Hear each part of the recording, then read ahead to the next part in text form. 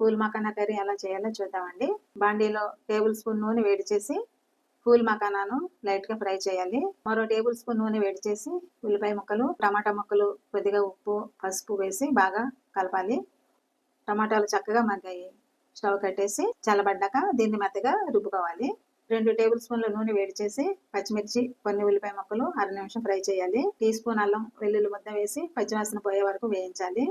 ఉల్లిపాయ, టమాటా పేస్ట్ వేసి నూనె తేలే వరకు మగ్గించుకోవాలి. టీ స్పూన్ కారం, మరి కొద్దిగా ఉప్పు వేసుకోవాలి. పూల్ మకానా కూడా వేసి కలపాలి. నీళ్ళు పోసి ఉడికించుకోవాలి.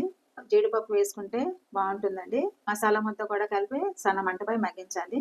కూర పూర్తిగా దగ్గర పడింది. ఇక చివరిగా 3 టేబుల్ స్పూన్ల పెరుగును చిలికి వేసుకోవాలండి. 3 నిమిషాలు అయిందండి. చూసారా, కూర రెడీ అయిపోయినట్లే. 2 నిమిషాలు రెస్ట్ ఇచ్చి సర్వ్ చేసుకోవచ్చు. ఈ కర్రీ అన్నం, బగారన్నం, చపాతీ, రోటీలోకి చాలా బాగుంటుంది.